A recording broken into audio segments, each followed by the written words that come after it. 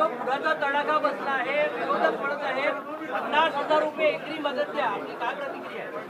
आज मी सकाळपासनं मराठवाड्यातल्या 8ही जिल्ह्याच्या जिल्हाधिकाऱ्यांशी संपर्क करून चर्चा केली आहे.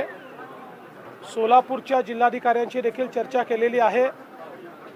रिलीफ आणि रिहॅबिलिटेशनच्या संदर्भात ज्या काही उपाययोजना आपण केलेल्या आहेत त्या संदर्भातल्या सूचना दिलेल्या आहेत.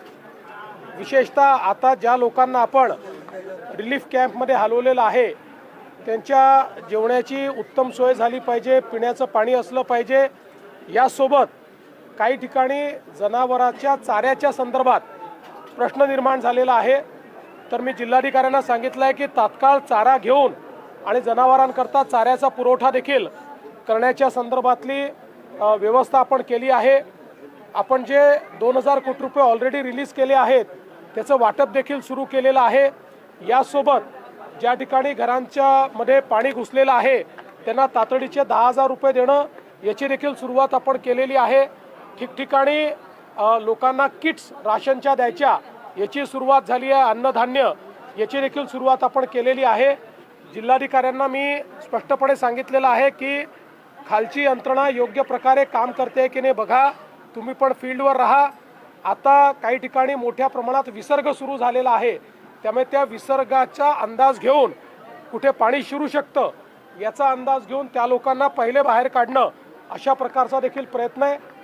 उद्याचा दिवस, परवाचा दिवस, विशेषतः उद्याचाही दिवस, आजचा दिवस तर क्रिटिकल आहेच पण उद्याचाही दिवस क्रिटिकल आहे. मग हे जे काही डिप्रेशन तयार झालेलं आहे बे ऑफ बेंगॉलमध्ये ते कमी होत जाणार आहे आणि त्याच्यानंतर परतीचा पाऊस असेल. त्यामुळे पुढचे 2-3 दिवस अलर्ट मोडवर राहून कुठल्याही प्रकारची हानी होणार नाही किंवा कमीत कमी हानी होईल अशा प्रकारची व्यवस्था करायला आपण सांगितलेली आहे. आणि हे सगळं होत असताना लोकांना जी काही मदत करायची आहे ती जास्तीत जास्त मदत करण्याची सरकारची मानसिकता आहे. म्हणून आपण हे देखील सांगितलं आहे की सरसकटच पंचनामे त्या ठिकाणी करा, लिनियंट राहा. कुठेही फार कायद्यावर बोट ठेवून, फार नियमांवर बोट ठेवून लोकांना त्रास होईल असं कोणी वागू नका.